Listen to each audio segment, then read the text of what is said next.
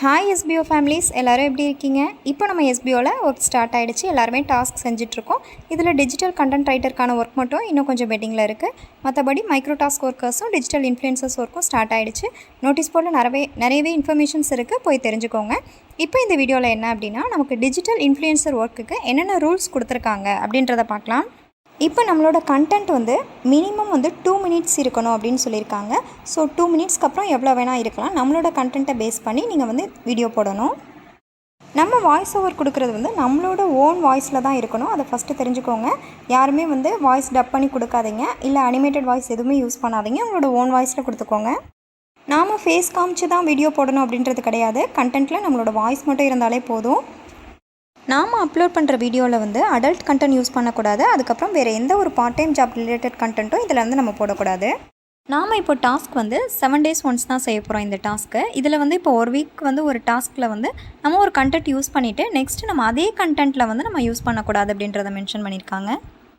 இப்போது இதில் கொடுத்துருக்கிற ரூல்ஸ்லாம் நம்ம ஃபாலோ பண்ணாமல் வீடியோ அப்லோட் பண்ணிட்டோம் அப்படின்னா இதுக்கான பே அவுட் நமக்கு கிடைக்காது. ஸோ எல்லாருமே கேர்ஃபுல்லாக வீடியோ அப்லோட் பண்ணுங்கள்.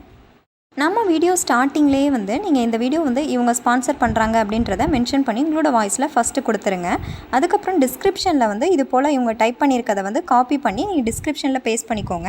அது கூட உங்களுக்கான கண்டென்ட்டுக்கான டிஸ்கிரிப்ஷன் ஏதாவது கொடுக்கணுனாலும் நீங்கள் ஆட் பண்ணிக்கலாம்னு சொல்லியிருக்கிறாங்க.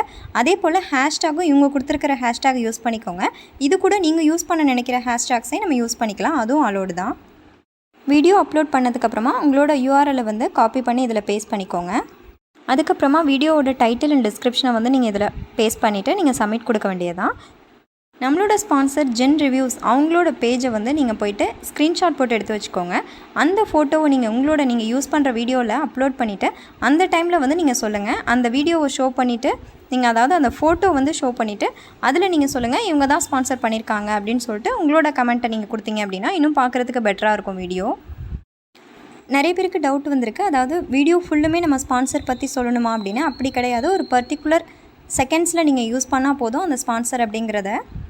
ஸோ இந்த ஸ்டெப்ஸ்லாம் ஃபாலோ பண்ணி டிஜிட்டல் இன்ஃப்ளூயன்சருக்கான ஒர்க்கை கம்ப்ளீட் பண்ணுங்கள் ஃப்ரெண்ட்ஸ்.